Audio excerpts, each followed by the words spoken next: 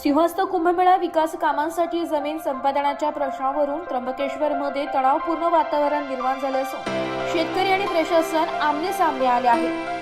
या प्रकल्पात 2 प्रमुख आखाड्यांच्या जमिनींचाही समावेश झाल्याने साधू महंतांनीही आंदोलनात उडी घेत आक्रमक भूमिका घेतली। योग्य मोबदला आणि सन्मानजनक तोडगा न निघाल्यास सामूहिक आत्मदहनाचा इशारा देण्यात आला होता।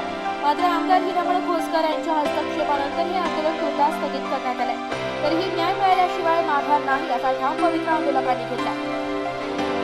सिंहस्थ आखाड्यानुसार रिंग रोड व घाट बांधकामांसाठी शेतकऱ्यांच्या जमिनी ताब्यात घेतल्या जाते। त्यासोबतच 2 आखाड्यांच्या जागाही बाधित होत असल्याने संत समाजात नाराजी।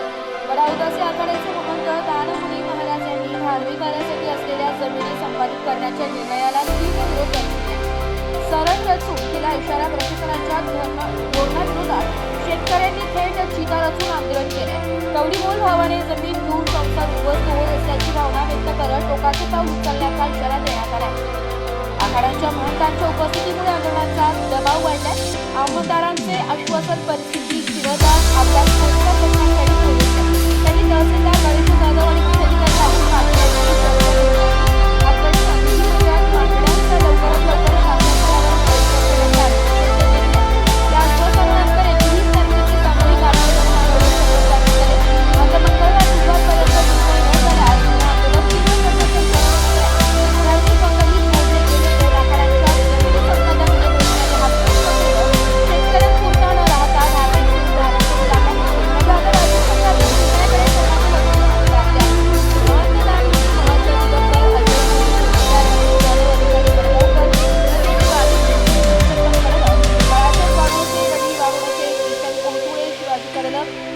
कडलक, निलेश वारुणसे, दत्तात्रय कडलक, बुद्धू कदम, नितीन पवार, दत्ता दाते, राहुल वारुणसे, प्रशांत शिखरे, प्रशांत दुकान, दीपक लड्ढा, सुनील मिते, बाळासाहेब मिते, अक्षय नारळे आदींसह महिला वर्ग उपस्थित होते।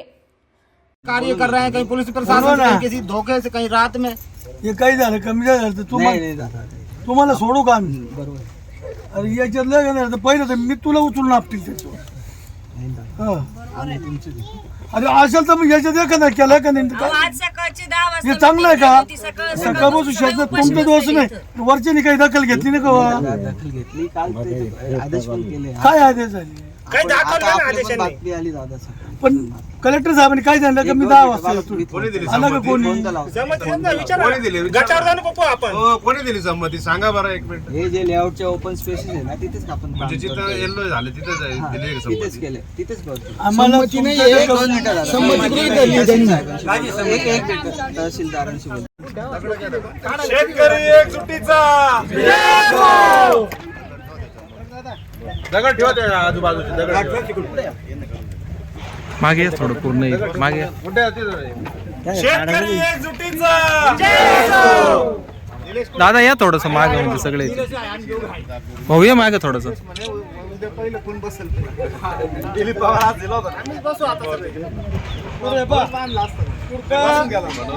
मी शासनाचा प्रतिनिधी म्हणून 100% आपल्याला मदत करतो। बाकी दुसऱ्या काही एक घडू नाही। माझे हात जोडून विनंती त्याच्या पैसे देऊन टाका ना, काय आला बस करी थांबायचं नाही। अरे बिचारा मदत करायची तुम्ही 100% मदत करणार आहे। सोमवारी फक्त मला परत त्याच्यावर मिटिंग आहे। सोमवारी मी अधिवेशनाला जाणार नाही, पण मंगळवारी बुधवारी मी दिवसातनं 100% जो प्रश्न मांडून आपल्याला फक्त भाव या ठिकाणी घ्यायचे। बाबा असतील सगळ्याची गावची शेतकरी महिला, मला ते माझ्या बुद्धीला पटत नाही। मी सुद्धा तुमच्या कुटुंबातला माणूस आहे, कुटुंबातला व्यक्ती आहे। शासनाने सुद्धा तुमचं काहीच म्हणणं नाही, फक्त तुम्हाला जे काही किंमत आहे शासनाची, जे काही योग्य भावाच्या शासनाची जे काही किंमत आहे तुम्हाला मान्य नाही। इथं काही जो चालू भाव आहे 42-45 लाख रुपये गुंठा चालू आहे, त्यामुळे ते पण काही किमान तुम्हाला 6-7 लाख रुपये गुंठा मिळावा ही तुमची अपेक्षा आहे। आता शासनाचा प्रतिनिधी म्हणून शिवसाहेब पण आहेत, तहसीलदार साहेब आहेत, पुढे तहसीलदार साहेब आहेत। तुमची जी भावना आम्ही 100% पोहोचवू। चिताजी रचलेली साहेब खाली चिताजी रचलेली आहे, की माझी तर विनंती काढून घ्यावा अशी। आम्हाला भरोसा नाहीये, आम्ही चिता काढणार नाही। आम्ही तुमच्यामुळे थांबलोय. आम्ही तुमच्या याच्यामुळे थांबलोय. आम्ही तुम्हाला मान देतोय. आमदार साहेबांनी आम्हाला दिलं तेवढं येऊन व्यवस्थित राहू द्या. काही टेन्शन नाही. पण आंदोलन सोडवा शांत. पण ठीक आहे, मी आंदोलन सोडणार. पण आजी माझी विनंती आहे, फक्त बसा. मला उत्तर द्यायचं. ब्युरो रिपोर्ट नाशिक लोकशाही न्यूज नाशिक.